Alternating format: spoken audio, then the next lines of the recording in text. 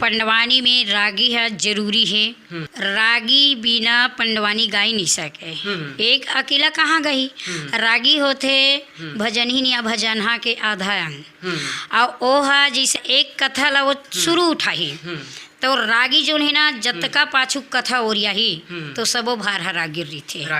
हाँ, जतका कथा बोलना है तो गायक गायिका से ज्यादा रागी ला जानकारी होना, मिठास देते रागी, स्वर के मिठास देवत थे और रागी हा कार्टूनी करत थे, हंसाना कुदाना जनता ला रिझाना, मतलब जनता ला देखैया संगवारी मतलब बांध के रखते ये सब रागी काम होते। तो दीदी आप मन से जानना चाहो कि जैसे कि ये जन पंडवानी है, ये पंडवानी के जन गायन है जन पहली के समय में परंपरागत ओ जाति मन के है तो कौन जाति मन एला शुरू करी से और कैसे टाइप एला शुरू करे कारण का होई शेखर मन के। तो थोड़ा सा विस्तार से मर देखिया जम्मू संगवारी मतलब बताते हैं। बिल्कुल, ये पंडवानी के कथा ला पांडव चरित्र प्रधान है, आदिवासी एवं गौड़ और देवार ए मन अपन जीवन यापन करे बर पेट भरे बर पहले रीस बाबू बहुत गरीबी तो गरीबी रही से तो बेचारा मन पांडव चरित्र है, बढ़िया भगवान के कथा है,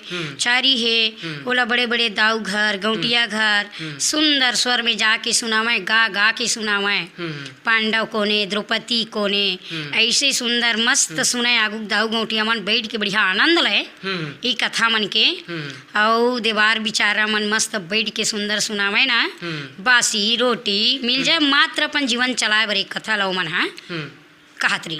तो संगवारी हो बड़ सुग्घर ढंग से हमार दीदी हा बताई से कि पहली के समय में प्रधान जेखर उप जाति है गोड़ है और देवार ये जाति मन हा परंपरागत ओखर मन के करत आवत रही से और अभी के समय में ये अभी भी चलत आवत है। तो दीदी आप मन से वो कहना चाहतन कि आप मन जिन समय में पांडव मन के युद्ध होते जी समय के जिन थोड़ा से जन कथा है बोला बिल्कुल हमार देखैया संगवारी मतलब सुनाते हो थोड़ा। जैसे के महाभारत में एक कर्ण पर्व है, कर्ण जो सेना भार ले थे 2 दिन के दुर्योधन दल से, तो कर्ण पर्व के प्रसंग में अर्जुन कर्ण के घना घोर लड़ाई होते जिला कहे है सौते सहस सहस्य लाखन और वर्षे वाण सके शोभाखन।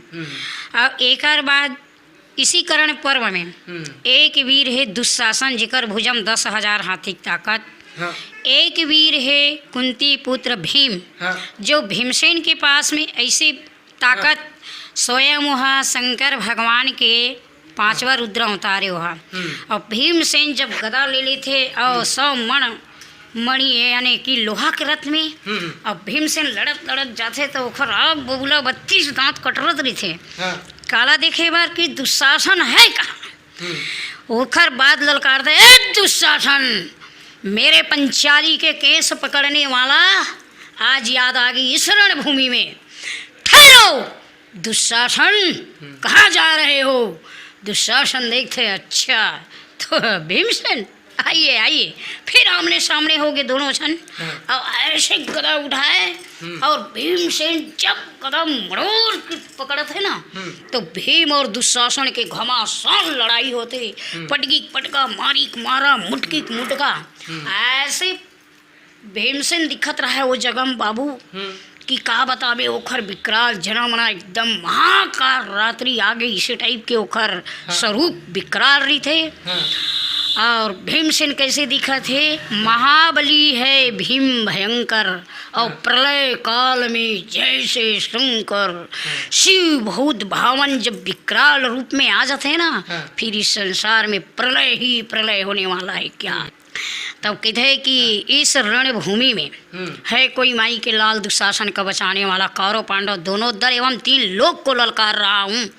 ऐसे जब भीमसेन बोलते नहीं तब कहते अर्जुन अरे कौरव दल कतीस कतीस हमार दोनों दल कहे कृष्ण जी मैं भैया भीम जेकर से युद्ध करहूँ दुशासन ला बचाऊँ।